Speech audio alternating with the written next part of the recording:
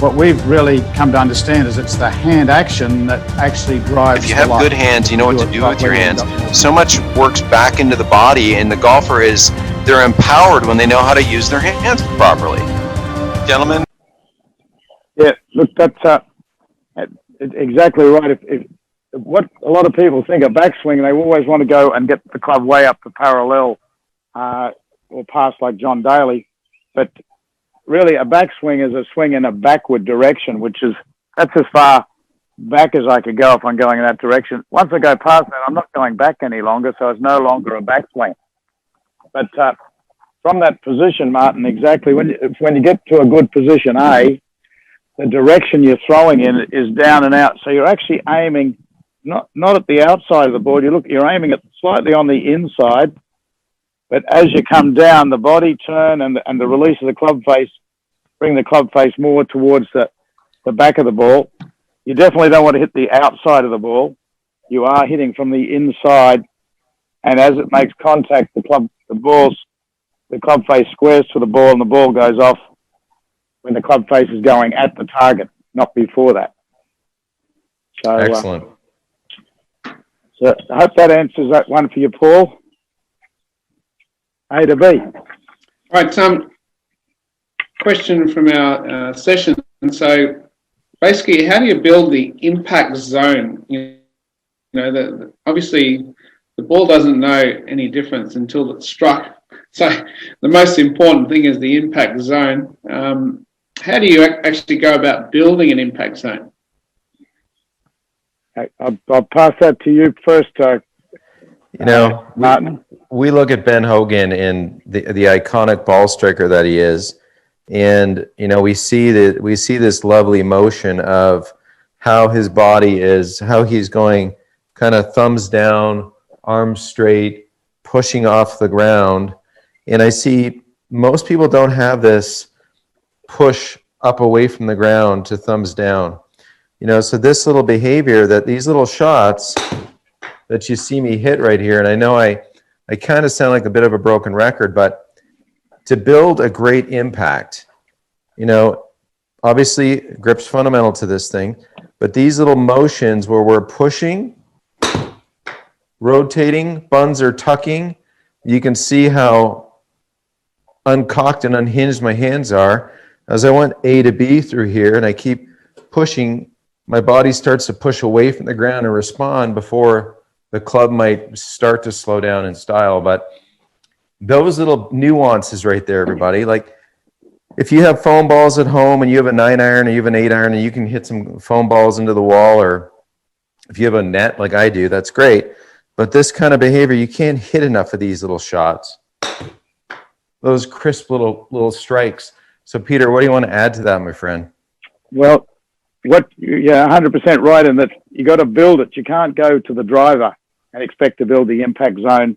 And that's what a lot of people, they bypass the baby steps and they wonder why they have difficulty getting a good solid impact. So what I like to do is I got a little drill that I like to, first of all, identify the difference between the address and the impact position. So when I have my address, ideally, I start with the butt end of the club pointing at my belt buckle.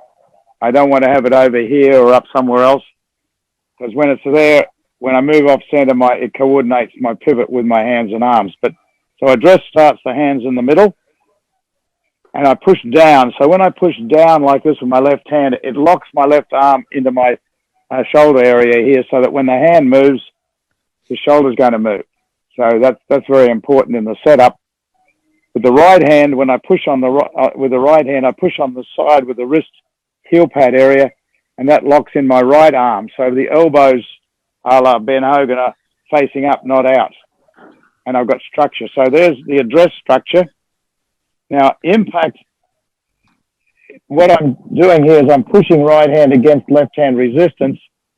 And as I push the left against the left hand resistance, I find that left hip turns and the left leg straightens. So the hip turns and goes up.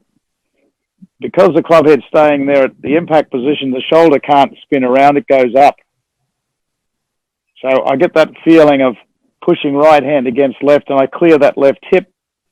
So that would be what I'd like to be at the beginning of impact. So once I can drill that in a baby step, just one little incremental step at a time. So that's getting the first element. Now when I put the right hand on, if I push the right hand against the left hand resistance, the right elbow is going to bend down. As it bends down, the right shoulder goes lower than it is at address. And the combination of right hand against left and left hand resistance, the hands are moved forward by the pivot, the body pivot from address to impact is the right shoulder is a lot lower. You'll notice here when I turn, I'm not turning from the right side. My right side's actually the pivot point. A lot of golfers, they get off their right side too soon, and therefore they'll get ahead of the shot, and then they either have to block it or they're going to flip it. So to hit the ball solid with good impact, you want to hit away from your right foot. You want to hit away from your right knee. You want to hit away from your right hip. And that's done by the hand pressure, driving the hands forward by the pivot. Now, when I get there, that's just the beginning of impact. If I can now straighten the right arm and the hands, the thumbs go down further. So at the beginning of impact, the hands are still kind of in that level neutral condition, even though I'm trying to release it from the top. It's only at the bottom when the right arm goes straight that I can fully uncock those thumbs down. What you're saying there, Martin, and that's so important. Those thumbs really need to get right there. Otherwise, your impact is compromised. So when I hit that like this, if I hit a little shot in the same direction you were, so if I build that, first of all, just get the idea of there I am at the beginning of it, impact, or address, sorry, beginning of impact, end of impact. So when I can do that a few times, I just want to go a little backswing. And what you say, then you go that little bit more, and you're building the address. There's the address, the beginning of impact, the end of impact. Now, if you do that a few hundred times, before you know it, that impact really feels kind of more natural. And that really, impact is a big deal, so it's worth working on. You know, I'd say that a lot of people watching this, I probably don't understand there is a massive difference between address position and impact. You know, like Peter mentioned, I think a lot of people think that when they stand over the golf ball that they're going to return the club to this address position, and that's not the case. You know, so this mid-body hand position is a nice place and balance with which we can kind of get this started, and we'll talk about this, I'm sure. It'll probably be a question how we start the backswing. But this sense of how we deliver a club into impact is vital, and knowing the difference between address and impact is imperative. In fact, a lot of you watched Matthew Wolff have a really good freshman year on the PGA Tour with a big motion, a big primer waggle that he uses. And the reason he does that big thing is because his coach, George Gankas, taught him how to go into impact, come back to address, and start his swing from there. He liked the drill so much that he just took that bizarre move of his and just does it every single time now, and it's won him a couple of tournaments and many $1 million. So that seems to work nicely for Matthew. Fantastic. Yeah, he puts it into motion. And I think that's the beautiful thing. When you play, you can't be thinking about impact. It's a dynamic thing. Right. Yeah. Okay. Thanks very much for that. Which leads us into the next question. Next question being, why should you start the backswing club head last? Oh. Why is that, guys? Well, go ahead, Peter. No, okay, I'm happy to take it. Job. So, you know what, to me, I'm passionate about this a lot. I see, and don't get me wrong, you can play good golf from a lot of different ways, but my preference and what I see the most do, and if you've been watching Bryson DeChambeau lately, who's got his club head speed up to 150 miles an hour a couple days ago, his move is a situation where he's got a subtle push and his body starts his push into his trail side against his hands, moves his handle first and his club head last.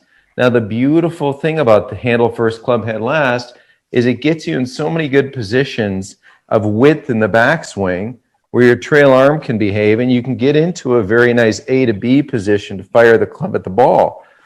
Too many people feel like they're stuck in the mud. They don't have this necessary waggle. They don't have this handle first, club head last event.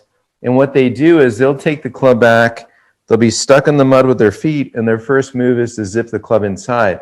So when they get it inside, they get it too far behind them, and typically they can't go A to B. They have to get over the top, and then it's some kind of corrective response from there.